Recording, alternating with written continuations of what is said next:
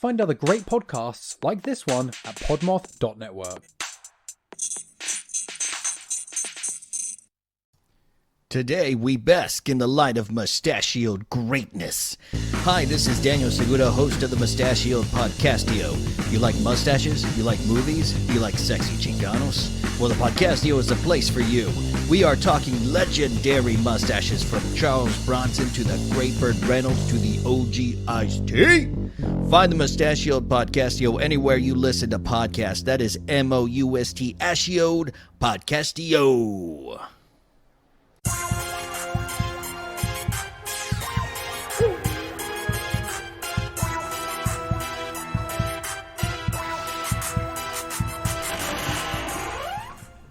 Hey, what's up, you guys? I'm Catherine. And I'm Haley. We are Saturdays for the Ghouls, a Podmoth podcast. How you doing, Haley? Fine. How are you? Cool. That's Are you right. scared? Are you scared? Am I scared Yeah. because of the topic today, or am I scared? Why would I be scared? You should be. I'm just kidding. You're watching you for one episode, and now you're like trying to stalk me. It's crazy. I know you won't stalk me because planes. There's other ways than planes. Anyway, I love spooky babes. It's True Crime Week. Are you excited? Yes. You fucking better be. Can I ask you, are you excited for the true crime, Catherine? No. No, I didn't think so. Okay, so the story of this true crime, and I think we've talked about it before, is that one time I researched this true crime to do for the podcast. Then I was like, no, it makes me too uncomfy. But then we reached our 100th episode, and I was like, you know what? We've been doing this for 100 episodes. 101 would be a great one to do one that I'm super scared of, because what's this podcast about? Scary shit. But then I decided to do True Crime 101, which was way more fun to talk about than this. So here we are. But the week that we did True Crime 101, I had all of these notes already written out, already done. But I will be fucking damned if I do not use these notes in an episode.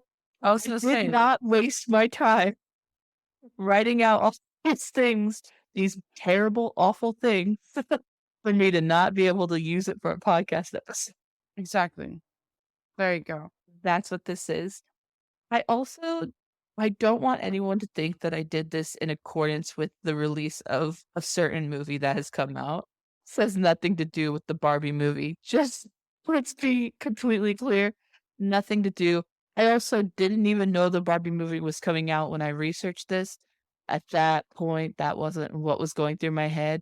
This is not because the Barbie movie's out. I just want to let everyone know this has nothing to do with the Barbie movie. But then I realized this weekend while I was thinking about it that this episode might be confused with Barbie promotion. So, with that being said, do you have anything to tell Spooky Bits before we want to jump right in? Just so that it doesn't seem like we're completely shitting on this movie. I have seen it. The Barbie. Claps for Haley. It's a good movie. If you want to see it, you should see it. And don't let the fact that I'm shitting on it be any indication on whether you should go see it. Maybe it's a good movie. We did dress up, but it wasn't in cute little like Barbie outfits. We dressed up as goth punk. But anyway, anything else to tell the Spooky Bits before we move on? I'm sure Catherine will put a trigger warning at the beginning or somewhere in here, but this episode is not a lighthearted one. So if you're not in the mental state for the certain triggers that have been listed, please skip this one. Me and Catherine barely have the mental state for this one. This is probably, if I had a therapist, they would probably recommend I didn't do this one. Just to get the trigger warnings out there in verbalization in case you guys didn't read the little Description. That's the word. That's description. So sexual assault and rape is definitely a big trigger for this one. So just be like very cautious with your headspace. Like that's all I'm gonna say. Are we ready to go? If you guys can't tell, we're very, especially Catherine, she's very uncomfortable that she has to even talk about this. But I think certain things should be talked about and brought awareness to. We're just like treading water, procrastinating. We're just gonna jump right in. So nervous that you guys are gonna be like the spooky biz. I know the spooky biz always are gonna have our backs, right? But I'm nervous that they're gonna be like, Catherine, why are you being such a bitch? You've talked about way worse stuff. And I don't know why this case is so triggering to me compared to other cases that we've talked about. We're going to talk about Paul Bernardo. He was born August 27th, 1964. He was the child of Kenneth Walter Bernardo and Marilyn Elizabeth Bernardo. Paul's dad, Kenneth, often sexually assaulted his older sister, Deborah, in front of their family members. And his dad was charged with a lot of crimes that were involving like pedophilia and voyeurism and all of that kind of stuff later in Paul's life. His mother was really withdrawn from the family because of depression, and she had a really bad agoraphobia, which meant she didn't like to leave the house. But Paul presented himself while he was growing up as a very happy, well-adjusted child. Later in his teens, he did have inclinations with setting things on fire, and he supposedly had really dark sexual fantasies, which involved creating a virgin farm where he would breed virgin girls. In 1981, Paul was 16 years old. He had a fight. His parents were fighting. And during that fight, his dad told him that he was not his biological father and that his mom cheated on him, and that's where Paul came from. His mom called Paul a bastard from hell. And so this was definitely not a very happy, healthy family to grow up in, for sure. Nope. Definitely not the Brady Bunch. Later, his first girlfriend left him for one of his best friends because of Paul's, quote, domineering behavior. And because he got upset that she left him, he set fire to all of her belongings that he had. Totally normal response. For sure. Karla attended Sir Wilfrid Laurel Collegiate Institute and the University of Toronto in Scarborough. His day job was that he worked for Amway. Him and his college friends would practice pickup techniques at the bars together, which is very normal for a college guy. Like they try to go out and pick chicks. And they were often really successful, but then Paul would often really humiliate his dates in public. And he would like make them engage in like really aggressive intercourse or like anal intercourse. And so he was not the one you wanted to go home for the bar with. I don't know if maybe his other friends were already more well adjusted, but he definitely wasn't the one. He threatened to kill girls if they disclosed any of the abuse that he put on them. 86, Paul was served by restraining orders from 2 women, which is a big red flag. I don't know how there was not any sort of law. This one guy has now received 2 restraining orders from 2 different women for the same thing.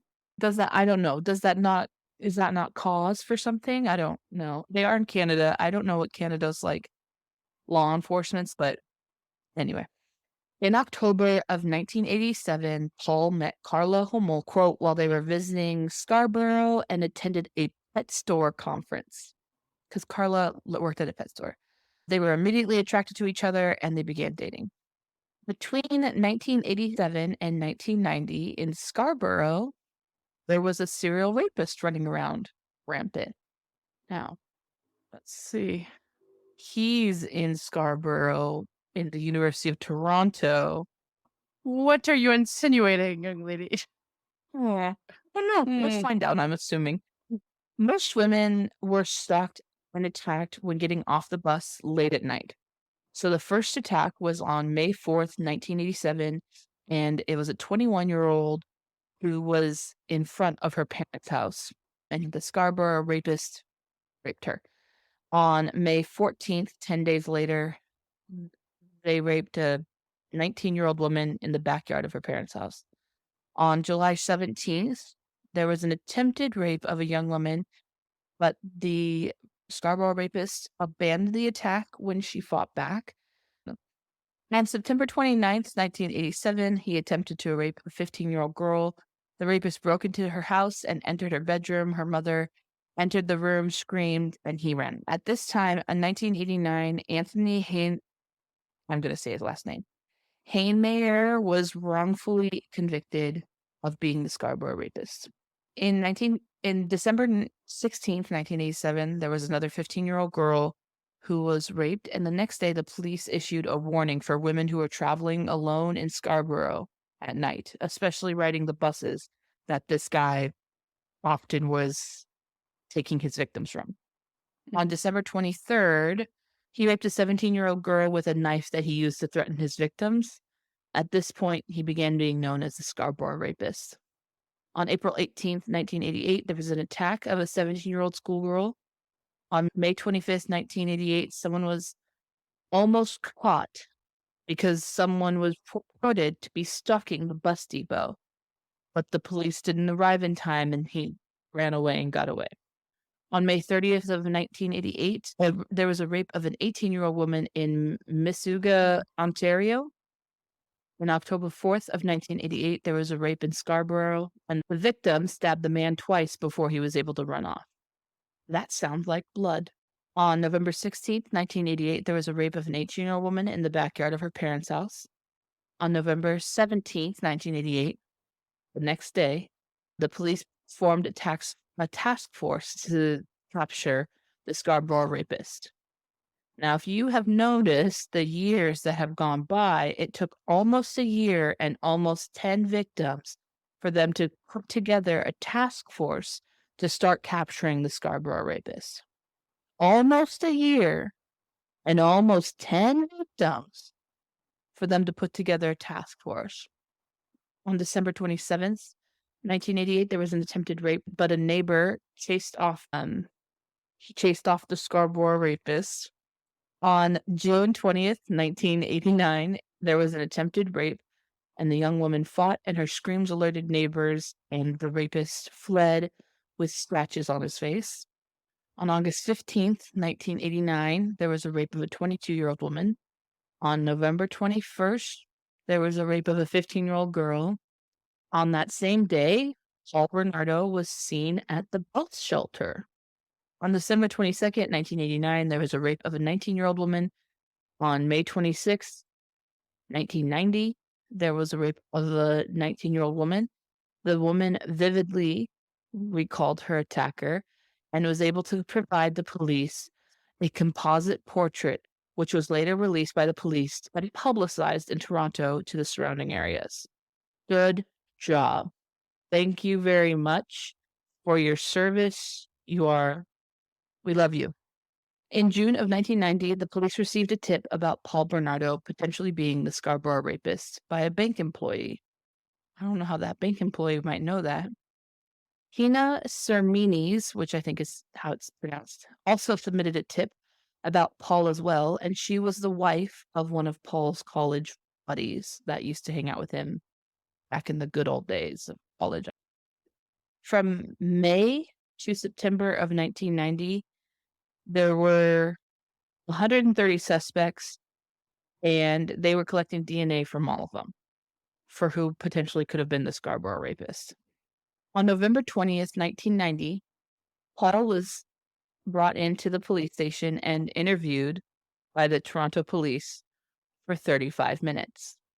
He provided them a DNA sample, and they asked, "Do you know why we're even questioning you?" And he said, "I look a lot like that Scarborough rapist guy. I admit it. I've seen the picture. I look a lot like him."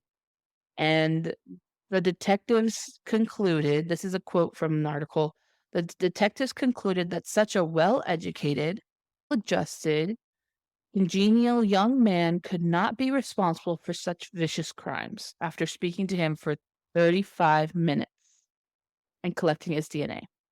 Paul Bernardo was released the following day, and he drove to St. Catharines to meet with his girlfriend, Karla. He promised her, "I am not the Scarborough rapist.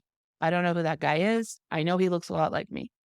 On February 1st, 1991, he moved to St. Catharines in Canada.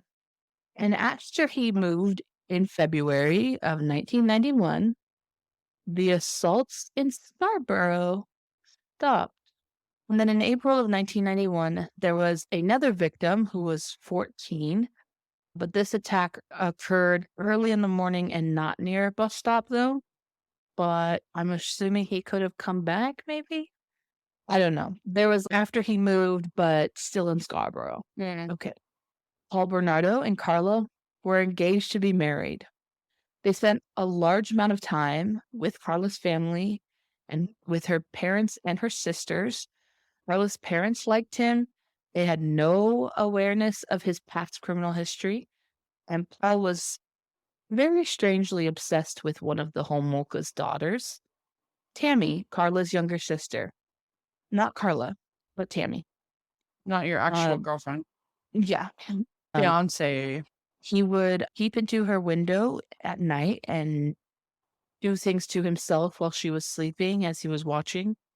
And Karla Holmolka used to break the blinds open so that he could see in to her room from outside. Before their wedding on December 23rd, 1990, Paul was at the Holmolka's residence. They were all together. Everyone had gone to bed except for Karla, Tammy, and Paul. Karla gave her sister some sleeping pills, and when she was unconscious, Karla pressed a halothane-soaked cloth over her face. Paul was really upset that Karla wasn't a virgin when they met, so Karla said for Christmas, she wanted to give him Tammy's virginity. So while their parents slept upstairs, Paul sexually assaulted Tammy while Karla and Paul filmed themselves doing said acts on her sister, his sister-in-law almost. Before they were able to complete their acts, Tammy started vomiting, and they tried to revive her and stuff. And before 911, they obviously put everything back and hid all the evidence of what they were doing. And because I think they waited so long, Tammy was never able to be resuscitated, and she passed away that night. Because Tammy was not available to Paul anymore, Paul needed a replacement. So on June 7th, 1991, Karla was working at a pet store. That was what she did. And she became friends with a 15-year-old girl. Why? Why is an adult becoming friends with a teenager? It's not necessary. Anyway, sorry. We're going to call her Jane Doe. They invited the teen out on a girls' night out. She went shopping with her. They had dinner and brought her back to her house. They had drinks together. Those drinks were laced with halcyon, and Jane Doe eventually passed out. Karla called her fiancé and told him that she had a surprise wedding gift for him. So they both undressed her, and Paul videotaped as Karla sexually assaulted the girl before Paul also sexually assaulted the girl. In the morning, the girl woke up so nauseous, but they all just said it was because you got really drunk last night. And the girl left without being aware of what really happened that night. On June 15th, 1991, Paul came across another girl named Leslie who was 14, and she was locked out because she missed curfew. And so he approached her and she asked him for a cigarette. He took her to his car and blindfolded her and took her to their house. He told Karla they have a new, quote, playmate, and together they, on videotape, sexually assaulted and tortured her. Paul kept saying, "You're doing a good job, Leslie. You're doing a damn good job." And then he said, "The next 2 hours are going to determine what I do to you. Right now, you're scoring perfect." So gross. It's garbage. The blindfold started slipping, and Paul said that Karla gave her a lethal dose of drugs. Karla said Paul strangled her, but one way or the other, she died that night. They put her in the basement, dismembered her body, and put her pieces of her body into cement blocks and dumped them into Lake Gibson. On June 29th, a father and a son who were fishing in Lake Gibson found a piece that was on the shore. She was identified from dental records. On April 16th, 1992, prowling for victims, both of them spotted Kristen French, who was 15. This is a quote. The couple pulled into a parking lot by nearby Grace Lutheran Church, and Karla got out of the car with a map, pretending that she needed assistance.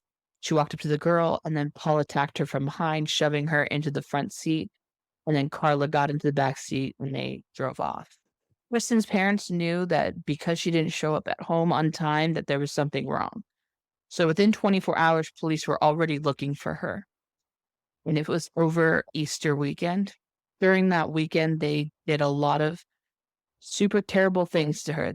And I'm just going to leave it at that. And they did end up murdering Kristen that weekend before they attended Easter dinner at Karla's parents' house. On April 30th, Kristen's body was found in a ditch, naked, and all of her hair was cut off, and her body had been washed. So there was no DNA on her body. On December 22nd, 1992, Jane Doe returned with Karla, and Karla pressured her to have sex with Paul. She became upset, and she just was like, I'm out of here. You guys are fucking crazy, which is true. And this girl, more power to her. There were at least 8 other potential victims of Karla and Paul's escapades. Both Karla and Paul were questioned many times about their connection with the Scarborough rapist investigation, Tammy Holmolka's death. In every interview, the police determined that there was no way that Paul Bernardo was involved in those 2 things. In December of 1992, do you remember that sample way back that Paul provided for the Scarborough rapist thing? 2 years later, they finally tested Paul's DNA for the Scarborough rapist DNA. It took 10 years for them to test that DNA. If he looks just like the sketch, why don't you test that one first? I digress. On December 27th, 1992, Paul beat Karla with a flashlight, and Karla claimed that she was in a car accident to cover up the fact that she had bruises on her face. For her to have been beat with a flashlight and have to say that it was a car accident, bruises must have been fucking terrible. January 4th, 1993, she returned to work, and her family was so concerned about her being with Paul that they removed her from Paul's house, and her parents took her to the hospital where she admitted that Paul was beating her. Paul was arrested at that time and then released. On February 9th of 1993, 26 months after providing the DNA sample, 2 years and 2 months, the police were informed that the Scarborough rapist was, in fact, Paul Bernardo through DNA match. Shocker. Literally, anyone could have told you that. In fact, 2 people did tell you that. You got the DNA and you still didn't test it with 2 people telling you that and that he looks like just like the composite sketch. Please. So then they decided to put him under surveillance, and they interviewed Karla. Karla focused on the fact that she's been abused from Paul instead of the DNA proof. But after the police left, Karla told her aunt and her uncle that he was the Scarborough rapist and that they were responsible for the murders of Leslie and Kristen, and that everything had been recorded on videotape. Karla's lawyer tried to get her full immunity. Due to her actions in the video, they couldn't grant that. She was placed on 24-hour surveillance. February 17th, Paul was arrested and a search warrant was issued. Due to the weak link in the murders, they were not able to tear the place down and they weren't able to look everywhere. They had to look wherever they could see. So like they could look inside like cabinets, they could look inside like on desks and in drawers, but you can't break into a wall. You can't do anything like that because there was not a strong enough link for them to have a search warrant that would allow them to do that. So they had to have no damage search the house. A no damage search lasted 71 days, and they found only one video of Karla sexually assaulting Jane Doe. Nothing else. Just the one video of Karla. Paul told his lawyer on a prison phone line that the tapes were in the ceiling behind the light fixture, and his lawyer retrieved them and hid them. But soon later, his lawyer quit, and his new lawyer provided those tapes that were given to him to the police. On May 5th, Karla was offered a plea deal for 12 years of prison, and she had to accept that or not in 1 week. She didn't have more than 7 days' time to accept that. Or she would be charged with all of the crimes that she had committed and have to take all of the punishment for it. So she accepted. On May 14th, it was finalized, and she began working with police. And she said that Paul boasted about raping over 30 women, potentially even twice as many as 30. The plea deal was widely criticized because the tapes showed that she was very aware of everything that was happening for at least 17 months. And the court said that if they had seen the tapes first, they would not have offered a plea deal for her. But unfortunately, they didn't see the tapes until the second lawyer provided it to them. She got the plea deal before. And so Karla was tried on June 28th of 1993 and sentenced to only 12 years on July 6th, 1993. Yeah. February of 1994, Karla divorced Paul. Good job. During her prison stay, she continued to point blame at Bernardo, and she had so many breakdowns. And at her release, the psychiatrist said that she's very attracted to the world of sexual psychopaths, and that it's not for nothing that what she did with Paul. Her condition of her release was this. She was to tell the police her home address, her work address, and anybody who lives with her. She was required to notify the police as soon as any of that information changed. She was also required to notify the police if she changed her name. If she planned to be away from her home for more than 48 hours, she had to give a 72-hour notice to the police. She could not contact Paul or the families of Leslie and Kirsten or the woman who was known as Jane Doe. She was forbidden to be with anybody who was under the age of 16. Thank goodness. She was forbidden from consuming drugs. She was required to continue therapy and counseling, and she was required to provide the police with her DNA sample. And on July 4th, 1995, which was only 2 years later, she was released. 2 of her 12 years she was sentenced. She was released. What? In 1995, Paul was also tried for the murders of Leslie and Kristen.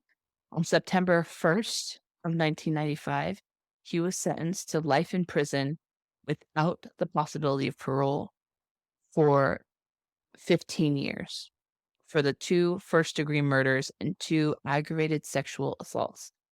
And he was listed as a dangerous offender. So in prison, he was separated, but he was still attacked and harassed for years after he had arrived in prison. This is a quote from an article. In 2006, Bernardo gave a prison interview in which he claimed that he had been reformed and that he would make a good parole candidate. He became eligible to petition for a jury for early parole in 2008 under the faint hope clause because he committed multiple murders before the 1997 Criminal Code Amendment. He did not apply for parole at that time.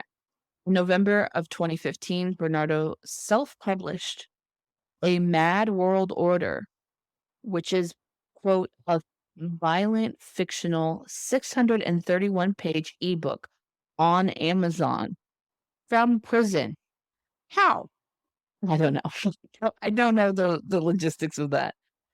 But because it was Paul Bernardo and it was a violent, mad world order, I didn't read it, obviously, but it was like, it would be something along the lines of, this is how the world should be, and this is how the men should be, and this is how the women should be, and that's what it's, which from Paul Bernardo's brain, none of that should be out. Anyway, it was removed off of Amazon. Thank the good Lord. Bernardo became eligible for parole in February of 2018. October 17th, the Parole Board of Canada denied any sort of parole.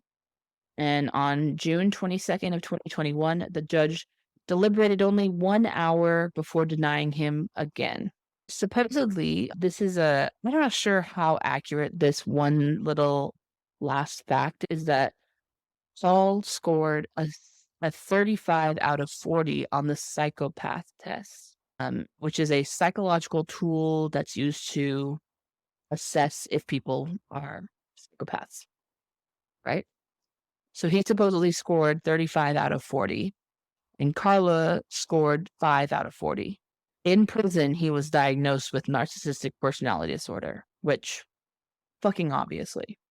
Anyway, he's still alive and he's still in prison, and I'm pretty sure he's going to stay there for the rest of his fucking life. Yeah, he better. But Karla is out and about, living life. And that's the story of the Ken and Barbie killers. And that's why I was mentioning that this was not a Barbie movie sponsor or whatever. I was reading on her. She remarried. They have 3 kids. I can't even fucking imagine. Marrying her or what? Like, which one of the things? One marrying her, and then 2, she has 3 kids, 2 boys and a daughter. So that just makes me sick. Yeah. So there are, okay. When it comes to Karla, there's like this conversation to be had of how much of the story that we have is truly that Karla did X, Y, and Z, or was she being manipulated by Paul, who was a narcissist? I think that how could she have lived with herself after her sister, this whole sister thing, which was like the first big thing, right? How could she have lived with herself if she wasn't somewhat okay with it or involved? I don't know from a domestic violence or domestic abuse standpoint. I think Paul probably did abuse her in a lot of ways, but I think she knew very damn well what she was doing, especially with the fact that the police said that they would not have offered her a plea deal if they had seen the videos, because the videos showed that she was very much involved, willing participant in the things. I don't know. There is something to say that some people go on that Karla might have also just been a victim herself, but I can't imagine that it happens that many times and you're cool with it up until the fact that DNA starts coming out that it's true. And then you're starting to backtrack. You know what I mean? Yeah. The videotapes themselves show she's not fully a victim in those circumstances. I just think she deserved more than 2 fucking years. Yeah. Yeah, she definitely did. I think she should have at least had to serve out her 12 years. At the least, if that's all they could have gotten her for. That's all they could have gotten her for, right? But the least they could do is make her serve the whole time. But no, it just makes me mad because people are in prison for longer, for less. I'm like, seriously? She worked with the police to try to get Paul. That's what it was. I don't understand the police activity in this case, though, because of the fact that simply they already had DNA evidence. Why did they need Karla? Why did they need Karla to work with them? They had the DNA evidence that he was a Scarborough rapist. So is it because they took so long to fucking test it? Is it because they decided, oh, he's a good white boy, that he's fine? I think maybe they waited too long for one. I don't know if it's different jurisdictions or what. I don't know about Canada. Maybe Canada's different. But I'm like, yeah, if they had the evidence that he was the rapist, and they could be like, oh, okay, they could arrest him for that, but maybe he wouldn't have gone to jail for as long. I don't know if they would automatically connect the murders to him, especially since videotapes were taken or hidden. So when they found out that he was the Scarborough rapist, he wasn't. He was put on 24-hour surveillance. So he knew ahead of time because of Karla, because of he understood that he was in deep shit. So I think he had too much time with the evidence to be able to hide it. And because they couldn't do any kind of damage when they did their search, they passed right by it.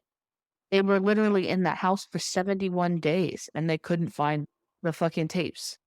Like, why didn't they just, I'm like, they should have just arrested him.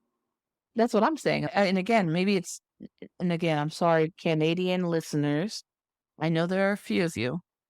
I'm sorry if I'm like being fucking dumb American here, but I don't understand why it would take them so long to one, test, two, arrest. I just don't get it. I don't understand. If they had listened to the two women who told them that Paul Bernardo was the Scarborough rapist, because of the sketch and the fact that his buddy's wife was uncomfortable around him, they decided to listen to this man who obviously looks like the sketch that they talked to for 35 minutes instead of two women who know the man. Yeah. One of them is a bank teller, so they only knew him. But one woman who did know the man, whose husband is friends with him or was friends with him in college. I don't understand. I don't understand how they just deemed it like he's a good boy, he's fine, whatevs. Yeah.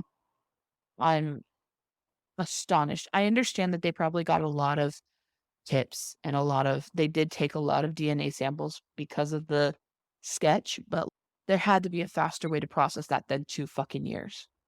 Yeah, I don't know why I don't know if they just were like, oh, he's a good guy, we'll just mark him off the list or put him on the low list. I don't know. But they said that there was a quote after they collected his DNA that said that the detectives concluded that such a well-educated, adjusted young man could not be responsible for such vicious crimes. Which means Paul Bernardo played them too. Just like he played fucking everybody else in his life. I was like, rule number 1, usually serial killers are smart and manipulative. And they can manipulate. I mean, there are so many stories of serial killers and bad people who are able to manipulate cops. I don't know if these cops think that they're like better than everyone else and they can't be manipulated or what. They sure as fuck show that they can be. Like, they're not any better than some girl who might get manipulated too. I don't know. They're just fucked up. It is fucked up. I'm just saying, if they could have done anything sooner, Tammy would probably be alive. Leslie and Kristen would definitely be alive. Those things never would have happened. That's the sad reality, unfortunately.